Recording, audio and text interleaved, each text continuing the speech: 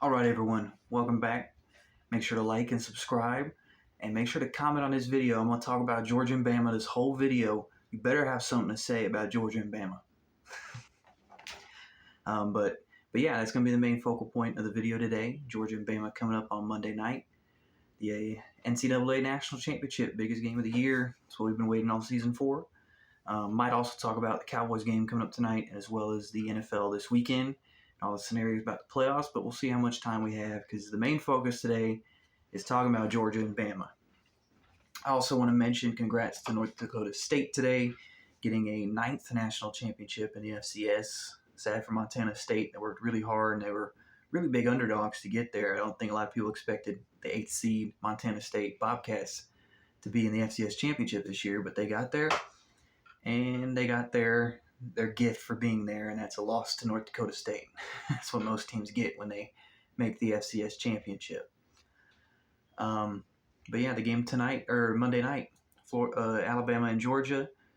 We saw these teams play about a month ago in the SEC championship, and Georgia did not have a lot to play for in that game. They were basically already locked in the college football playoff at that point. Alabama was fighting for their playoff life.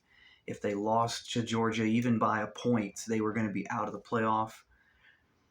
And we saw the result. It was 41-24.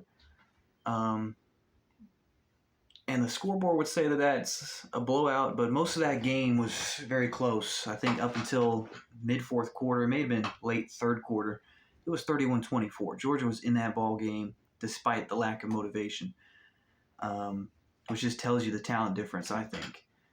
Georgia was not playing for a lot. Alabama was playing for everything, and Alabama was barely slipping by for most of that game. They came out on offense. They played really well. I don't think we're going to see that this time.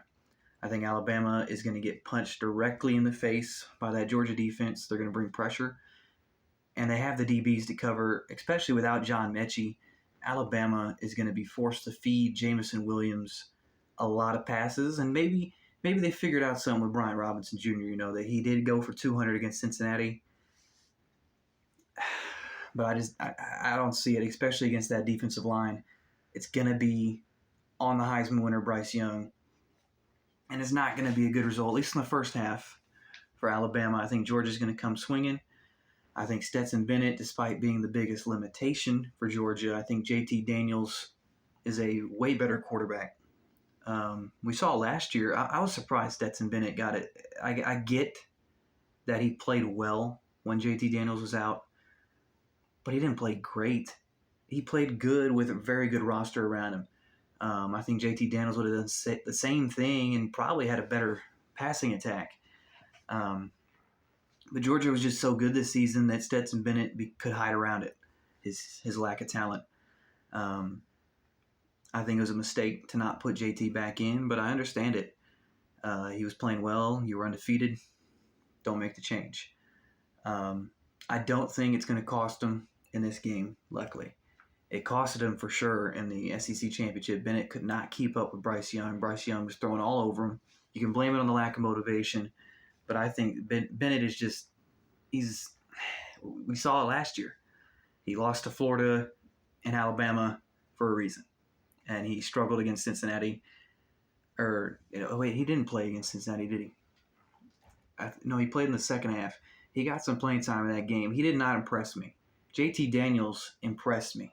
They went on a run last year once they made that switch for a reason. But when you're that good and the rest of the college football can't score in your defense, it doesn't matter how bad your quarterback play is. And he hasn't been awful, which is another, like I said, I understand the decision to stay with him. I think it affected them in their loss. And I think it's going to right the ship because the defense is going to play better this time. I think it'll be a pretty big Georgia lead, at least double-digit lead at halftime. I think Nick Saban, being the coach he is going to make the adjustments necessary defensively to contain Georgia. But the offense, maybe they get going. Maybe they don't. I don't think they get going enough to beat Georgia this time. I think Georgia got embarrassed in that one. That was 41 points, and they hadn't allowed more than 23, something like that, all season. And Alabama put 41 on them. They were embarrassed, despite lack of motivation. And they're going to come out here and they're going to be ready this time. I think it's very likely Alabama can make it a close game. I don't think no matter what, it's going to be a close game in the first half. I think Georgia's going to be too motivated going in for Alabama to keep up. But yeah, I want to say Alabama makes a comeback because they're Alabama, keeps it close. Maybe like a 4-7 point Georgia win. But my gut's telling me it's going to be Georgia by 14 plus. Because I don't think Alabama's that team. I don't think they're the team of old, like we saw last year or in the early 2010s. They're not that Alabama team this year. I mean, I know they're number one. They beat the teams they're supposed to beat, but they struggled against a 6-7 Auburn team that lost to Houston in their bowl game. They struggled against Florida, who was 6-7, lost to UCF in their bowl game, who was not a good team. I mean, they had a winning record, but they were really lackluster against good teams this year. They got blown out by Cincinnati. They struggled against they lost to Boise State, if I'm not mistaken, who was not near the Boise State of old. And, I mean, they struggled against LSU. LSU, the same team we saw just a couple nights ago, get whooped by Kansas State. They struggled against that team. They lost to Texas A&M with Zach Calzada, who's transferring for a reason. He knows he's not going to start in that A&M room now that everybody's back and they're getting more recruits. They've been lackluster against teams that you probably expect them to beat. And they had everything to die for in that Alabama-Georgia game in the SEC Championship, and it's not going to correct the ship twice. You don't beat college football teams twice most of the time. And I think the standard's going to stay set, despite Alabama fans thinking it's their year again and, being spoiled. But yeah, I think it's going to be a pretty good game for Georgia. I think look for the running attack. They have 4 running backs. One of them from last year's coming back from injury. Zamir White, the feature back, as well as James Cook. They've been very good running backs all year long. And Stetson Bennett's going to have it easy. He's going to be able to make the quick, short reads that he needs to. Brock Bowers is the security weapon everybody wants as a quarterback. And, I mean, Henry To'oTo'o, Christian Harris, all those the defensive players for Alabama, they're good, but they're not going to be good enough in this one to contain Georgia. I think they're just going to run it down their throats and be able to throw the quick passes. Look for that all game. I know they tried to do it in the opener, but I think a little bit different game plan. Maybe get some more screens, some more quick routes for Bennett earlier in the game rather than just running it. You want to get him going, get him confident. Alabama-wise, their keys to the game is very simple. Get Jamison Williams open. You're not going to win throwing to Slade Bolden. You're not going to win throwing to your backup receivers because they haven't shown you anything. I mean, unless someone steps up that hasn't stepped up all year. Bolden had a couple of good games, but they don't have anybody besides Williams and Mechie this year that's really took defenses and tore them apart. They both did. It took both of them to put 41 on Georgia the first time, and now one of them's gone. I mean, Jamison Williams is a great receiver, and he's going to have to be the feature receiver in this one. The only way I see Alabama getting the job done today or on Monday is if Brian Robinson has another game like he did against Cincinnati. Because I don't know if he can do that, though. I'm really trying to make a point. I'm trying to be as good as I can about it for Alabama fans, but I just don't see them being able to run the ball on Jordan Davis and on that D-line. I don't think it's going to happen. It's going to have to be Bryce Young, and he's a very capable quarterback, don't get me wrong. It could very well go for Bama if Bryce Young has a good game. But I think that Georgia defense is going to be too ready. They're mad. They're upset. They're embarrassed about that game. And I just don't think it's going to be the same result. Now moving on, Cowboys Eagles tonight. I got to talk about the Cowboys. It's not that important of a game, but they're going to get it done. They have a lot of players out, but the Eagles aren't going to play a lot of their starters either locked in the playoffs. I think they're guaranteed the 6th seed. Maybe they could drop to the 7th seed. But either way, you're going to be playing likely the Rams or the Buccaneers either way. I don't think either of those teams are more favorable than the other.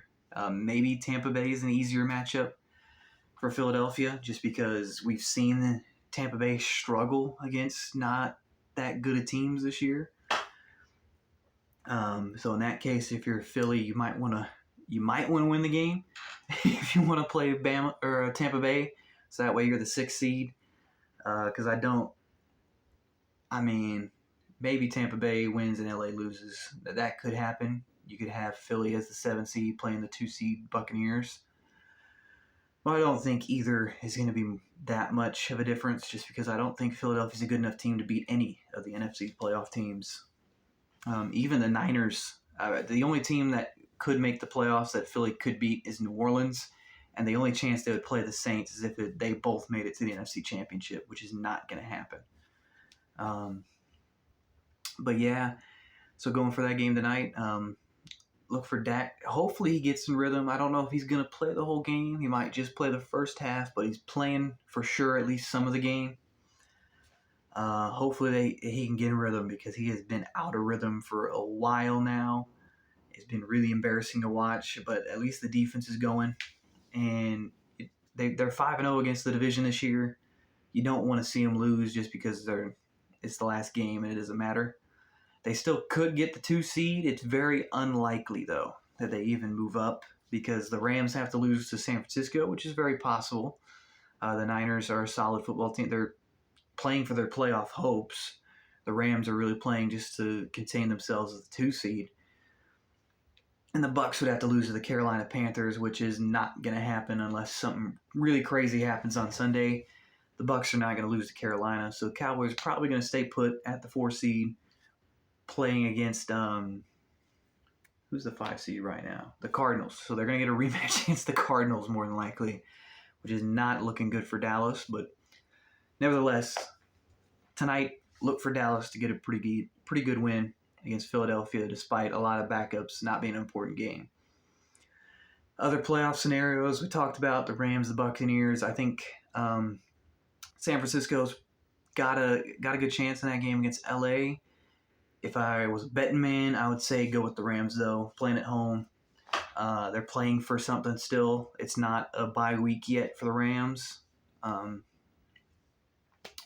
way, they're probably playing Philadelphia or San Francisco anyways next week, or New Orleans, depending on what happens. New Orleans against Atlanta, they have to win, and San Francisco has to lose, which is likely. I think that's more likely to happen than the former. But New Orleans, without Jameis Winston this year, has not looked good. I think they're very likely to lose to the Falcons, which would clinch San Francisco in no matter what. Predictions, though, for that, I would say Rams are going to win, and I'll give the Saints the benefit of the doubt. I want the Niners to be back in the playoffs after missing it last year. I like Garoppolo. I think it's very sad how the media has corrupted the image of him just because he's been hurt. Look at the record. All you got to do, Google it real quick. Look the record up for the Niners with Jimmy Garoppolo and without him since he got traded there. It's not even close. So the fact that the media really doesn't like Jimmy G, I don't understand. I get he's not the most impressive. He makes some mistakes. He's injury prone. But when you're winning football games, you got to stay with the method that's winning you football games. And his record is severely better than the record without him. Take it as it is. I want the Niners to make the playoffs. I want to see that team get a second shot after losing the Super Bowl a couple years ago. Don't think it's going to happen. It's very likely, but I think the Rams are going to beat them at home, get that 2 seed, and I think that the Saints are going to beat the Falcons, despite the poor offensive play this year from Taysom Hill. And then in the AFC, we got the Chiefs coming up right now, actually. They're playing for the 1 seed as well as the Titans. The Bengals and the Bills and the Patriots, I think, are all in contention. As far as those games go, New England's going to beat Miami. Buffalo's going to beat the Jets. There's no question about that for me. So Buffalo will clinch the AFC East. New England will be the wild card. Kansas City's probably going to win right now. The Broncos have not been that good this year. They're really the only impressive game we've seen from them is against Dallas. And, I mean, that's looked like an anomaly game so far this year. And the Titans playing Houston, they're, of course, going to lose that one because they're facing the Texans. So it's an automatic loss for the Titans, which means they're not going to be the 1 seed. Sorry, Titans fans. And then the Bengals playing the Browns. Nobody's going to be playing in that game, including Joe Burrow. I don't understand why. They have a chance for the 1 seed, if I'm not mistaken. They might not anymore. I think they do, though. I think they're 10-6. They have a shot at it, but nobody's playing.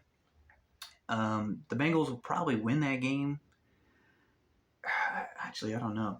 With Brandon Allen against Case Keenum, take the Browns in that one. Cincinnati will be the 4 seed then in that case. And then as far as the playoff scenario goes, it's the Ravens, the Steelers, Chargers, Raiders, and the Colts all battling for the last few spots.